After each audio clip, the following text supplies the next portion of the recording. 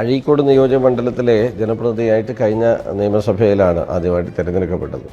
നമ്മുടെ കണ്ണൂരിലെ തീരദേശം ഉൾപ്പെടുന്ന ഒരു ഇൻഡസ്ട്രിയൽ ഒക്കെ ആയിട്ടുള്ള ടൂറിസം മേഖലയ്ക്ക് വലിയ സാധ്യതയുള്ള ഒരു മണ്ഡലമാണ് അഴീക്കോട്.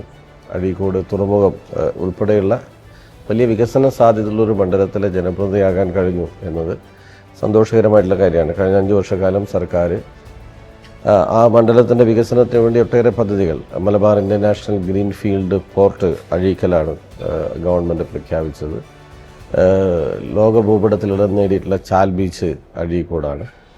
അതോടെ തന്നെ നമ്മുടെ പുല്ലൂപ്പിക്കടവ് ടൂറിസം പദ്ധതി, നല്ല തീരദേശ മേഖലയിൽ നന്നായിട്ട് ഒക്കെ ഉള്ള നമ്മുടെ തീരദേശ ഹൈവേ തുടങ്ങി നാഷണൽ ഹൈവേയുടെ പ്രധാനപ്പെട്ട ഒരു റീച്ച് പോകുന്നത് അഴീക്കോട് മണ്ഡലത്തിൻ്റെ കൂടി ഭാഗമായിട്ടാണ്.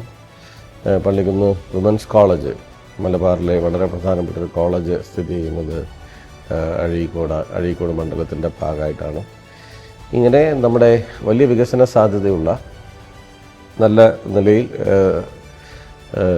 ജനങ്ങൾ നല്ലതുപോലെ ചിന്തിക്കുകയും വികസന കാര്യങ്ങളോട് സഹകരിക്കുകയും സഹൃദയരായിട്ടുള്ള നല്ല ജനങ്ങൾ താമസിക്കുന്ന ഒരു മണ്ഡലമാണ്.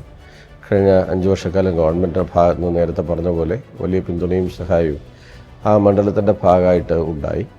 കേരളത്തിലും മണ്ഡലത്തിലും പൊതുവിൽ ജനങ്ങൾ അഭിമുഖീകരിക്കുന്ന നിരവധി പ്രശ്നങ്ങൾ സബ്മിഷനായിട്ടും ഒക്കെ സഭയിൽ ഉന്നയിക്കാൻ കഴിയുന്ന ഒരവസരം കൂടി പ്രധാനമായിട്ട് ലഭ്യമായി എന്നത് സന്തോഷകരമായിട്ടുള്ള ഒരു കാര്യമാണ്.